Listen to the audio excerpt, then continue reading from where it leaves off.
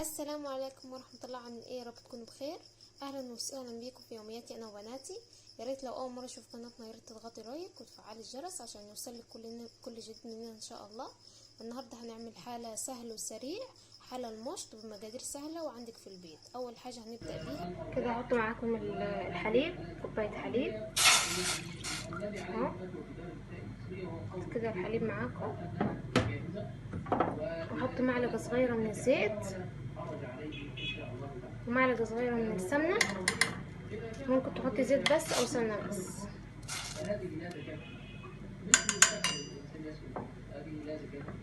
كده اهو. حلو سهل وسريع ومش هياخد وقت معاكي، هتنجح معاكي ان شاء الله من اول مرة. كده هسيبهم كده يغلوا غلوة بسيطة واحط عليهم دقيق على طول. كنا مجهزة الشربات معاكي او السيرب عشان يبقى جاهز معاكي يعني. الزيت ده بيديلها قرمشة والسمنة بتديلها طراوة من جوه، يعني بتخليها طرية، بتديها طعم. اول ما تبتدي يعني تغلي كده تحطي عليها الدقيق على طول، اللي هو كوباية من الدقيق، كوباية كاملة من الدقيق. تمام. حطي كده ايه معاكم الدقيق اهو، وايه قلبي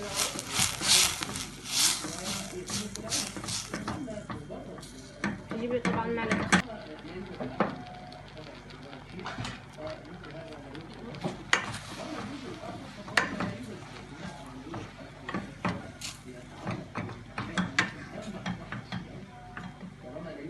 حط رشة الملح، رشة ملح وشوية من الفانيليا.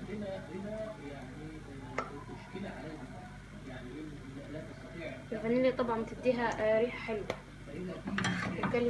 تعرف تحطي ايدك فايه تخليها تبرد، وبعد كده ايه نجي نشكلها معاكم. استنى. وبعد كده ما سبته يبرد حطيته في الثلاجة كده يبرد دقيقتين، هعجنها كده معاكم اهو. افضل العجين فيها هتمسح معاك على طول.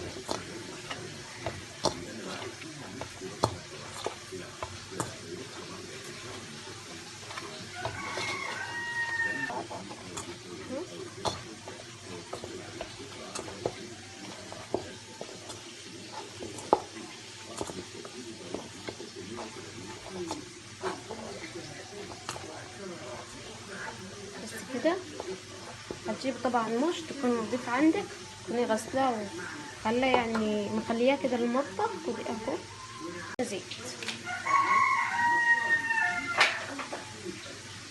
كده شوية زيت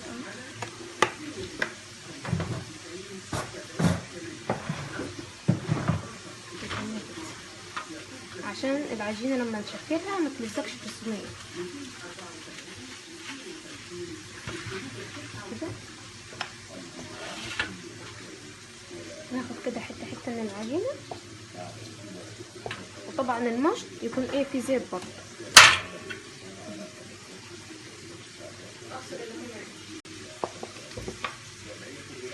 وتجيبي كده حتة عجينة وتصبعيها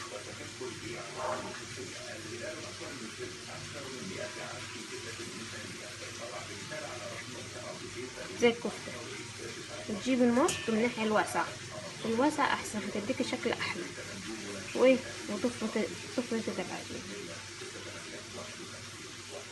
اهو. ما تضغطيش قوي يعني، هي كده مجرد انها تاخد الشكل المشط، وايه وتلم العجينة كده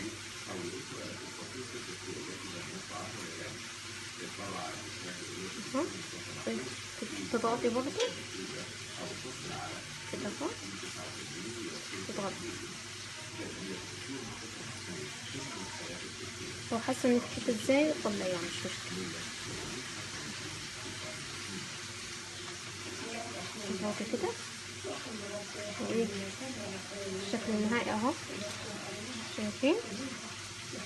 طبعا عايزه تخليها كده تدوريها يعني ماشي اهو. جبت طاوة كده سخنت فيها الزيت، لازم الزيت سخن، حطها كده اهو.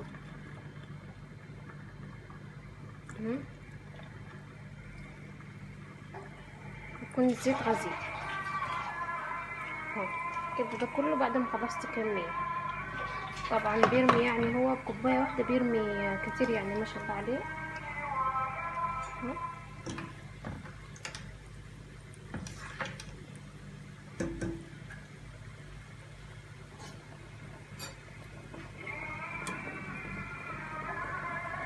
متحطيش كتير في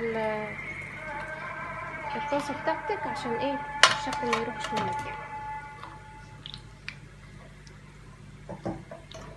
ما تقلبهوش، اول ما تحسيه مسفر كده وجرب يدخل في التسوية قلبيه. وبعد ما كده اهو حمر معانا اهو بالشكل ده اهو، شايفين اهو لونه ذهبي كده. نحطه على شربات بارد، الشربات بتاعنا بيكون بارد، الشربات بتاعنا بيكون بارد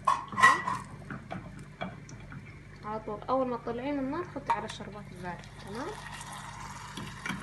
نطلع كده اهو، ما تحمروش اكتر من كده عشان ما يحرقش معاك.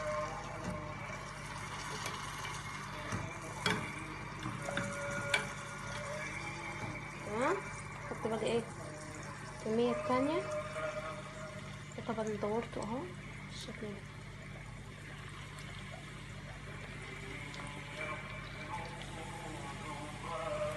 مش بياخد وقت، وكوباية واحدة عملتلك احلى حل واسهل ما يكون يعني، طريقته سهلة جدا اهو. اطلع بقى في الشربات ده، هطلع في مصفاية عشان تنزل بقية الشربات وهقدمه.